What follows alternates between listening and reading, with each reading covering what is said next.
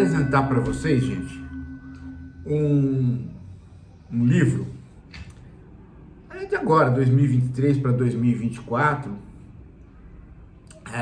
ainda não chegou no Brasil, não foi traduzido, mas nós temos um pós-fácil, um tipo de pós-fácil do livro, traduzido no nosso blog, tá? Então vocês leiam lá, ele vai estar indicado aqui embaixo. Mas é um livro de um filósofo italiano, muito interessante, é uma pessoa com uma cabeça diferente. Ele vem da tradição da esquerda italiana e ele pesquisa inteligência artificial. Então ele tem esse livro aí, O Olho do Mestre, que é uma história social da inteligência artificial. Por que uma história social? Porque a maior parte das pessoas que trabalham com inteligência artificial não tem muita noção de como é que como ela age. No máximo você sabe, os engenheiros, os detalhes técnicos. Mas muitas vezes se fica com a impressão de que ela aí que tá, né? A pessoa tá tão viciada no liberalismo que tudo ela olha pela perspectiva do indivíduo. Então ela individualiza tudo. Ela faz um antropomorfismo liberal. Ela individualiza, ela humaniza tudo que está ao seu redor e individualiza, né? Ela não tem outra visão que não a do indivíduo, né? E ela faz isso com a própria inteligência artificial. Ela acha que a inteligência artificial é um indivíduo, é a réplica de um indivíduo. Daí essas fantasias de robôs humanoides, né? Que são réplicas dos humanos, uma besteira, uma bobagem enorme. E o Matteo Pasquinelli, ele faz uma história social exatamente para mostrar que os modelos criados desde o século XIX para agora, todos os modelos criados que dão margem para a inteligência artificial, eles não são modelos de uma inteligência individual, um cérebro humano funcionando individualmente, como se o cérebro humano funcionasse individualmente. Em outras palavras, eles não são réplicas para substituir trabalhador individual.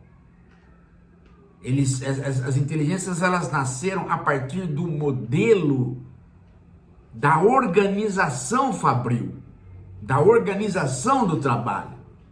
Pesa muito mais para a inteligência artificial a organização do trabalho do que o trabalhador.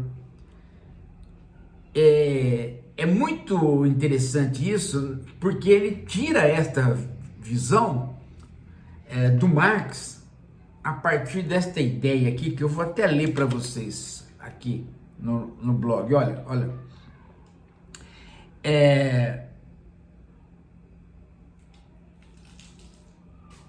Analisando o trabalho, Marx fez uma coisa, considerou a cooperação do trabalho não só como um princípio para explicar o design das máquinas, mas também para definir a centralidade política daquilo que ele chamou o trabalhador geral. Quer dizer, as máquinas não têm um designer da chamada fábrica total, elas também têm, mas elas também têm uma outra coisa, a centralidade política do chamado trabalhador geral, ou, na linguagem dos manuscritos do Marx, né, dos grundistas, o general intellect. É por isso que a inteligência artificial, ela trabalha como uma espécie de rede de nós. E isso faz com que ela substitua não o trabalhador, e sim o mestre, ou seja, o patrão. Ela sempre está na perspectiva de uma algoritmização dos trabalhos de direção a partir da coordenação dos trabalhos gerais. É por isso que ela é, na verdade, mais o olho do mestre do que o olho do trabalhador. Então a tese dele é que a partir daí, a partir da inteligência artificial ter sido criada assim, ela está muito mais propensa a substituir as pessoas que dirigem ou a própria organização do trabalho do que o trabalhador. Ela diz, tudo bem, ele diz, tudo bem, o trabalhador pode ser substituído, mas sempre se cria um novo emprego mais precarizado para ele. Agora, o que não se cria, precarizado ou não, é a função organizativa do trabalho, ou seja, a fábrica geral, o trabalhador geral. Porque é esse que é explorado, e não o trabalhador individual. Se você lê o Capital, você percebe isso, né? Você percebe que o Marx começa a partir do trabalho individual, mas depois logo ele passa para a ideia de autômato geral, ou seja, o funcionamento da fábrica, depois a fábrica com outras fábricas, depois toda a produção. Em outras palavras, a mais-valia é uma obtenção da organização produtiva e não de um trabalhador. O resultado disso é que a inteligência artificial ela vem deste modelo, portanto ela tende a substituir a organização do trabalho e ela tende a substituir, digamos assim, a própria ideia de general intellect. Tanto é que a internet é um quase retrato disso, né? Ela é um general intellect. Ela é uma inteligência geral, cuja infosfera dá municiamento para os bancos de dados, de modo a fazer que a própria inteligência artificial articulada à internet dê conta da produção da automação.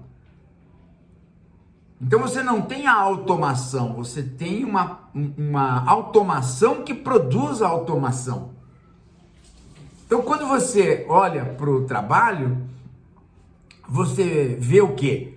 Você vê a fábrica, as empresas, a logística, a geopolítica, a centralização do poder, a diversidade da geografia que envolve as fábricas.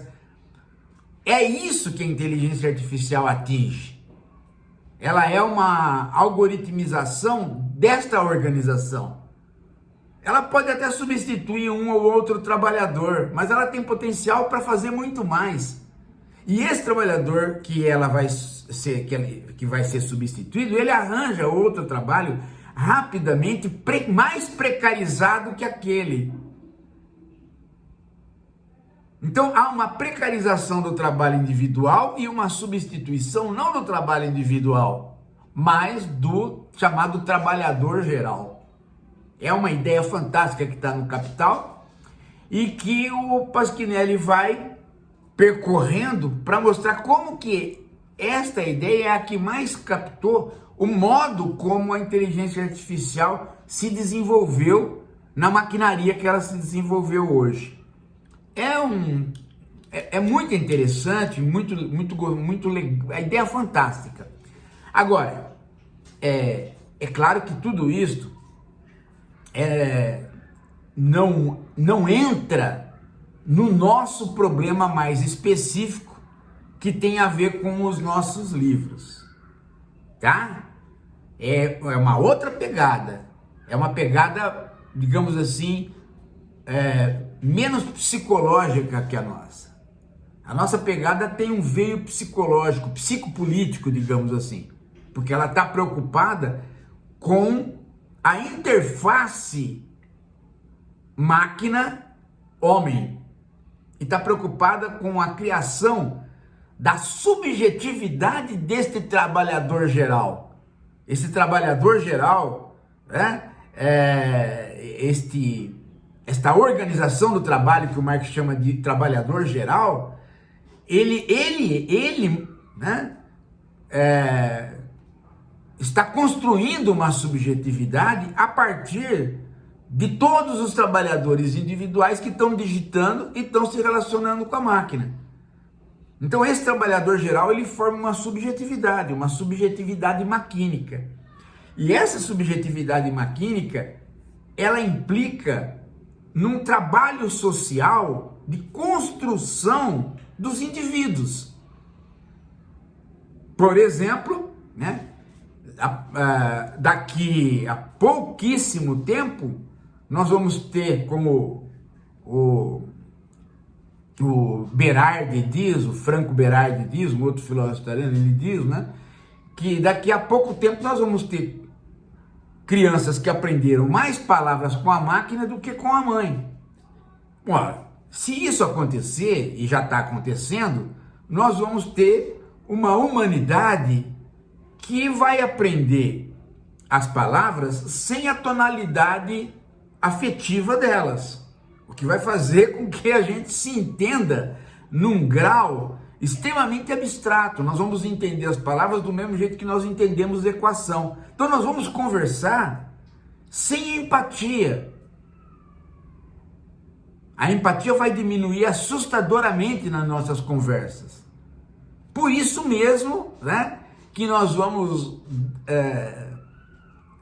ficar mais restritos no entendimento dos filmes, da poesia, das metáforas, até o momento que os próprios, né, que a gente submerja neste ambiente de desafetividade, digamos assim. Bom, essa é a nossa pegada, mas ela tende a ser complementada por esta outra pegada mais sociológica, né, do Pasquinelli, e é exatamente essas duas pegadas que a gente pôs no livro que vai sair, que é o Capitalismo 4.0, tá? Então, enquanto não sai o livro, vocês leiam aí, já se preparando esse trabalho do Pasquinelli, e leiam os nossos outros dois, né? O Semiocapitalismo e o Subjetividade Maquínica. Tá combinado? Tá combinado, hein? Essa história de estudar e de ler tá combinado. Quem que tá fugindo disso? Você aí. Você... Ah, tô vendo. Tô vendo um fugindo aí. Tá fugindo, né? Tá correndo. Tá falando que, eu não tenho tempo, eu tô trabalhando demais hoje, né? Olha. Tá. Depois não vai reclamar que ficou igual o Bolsonaro, pedindo perdão, falando sou burro, tá? Que nem hoje, né? Entregando uma defesa onde os militares se declaram burros para poder escapar da prisão. Não pode ser assim. Pelo amor de Deus, né? Você não vai querer ser um bolsonarista eterno, um imbecilóide que a qualquer momento pode ficar relinchando na rua. Assim não. Gostaram? Daqui a pouco a gente volta.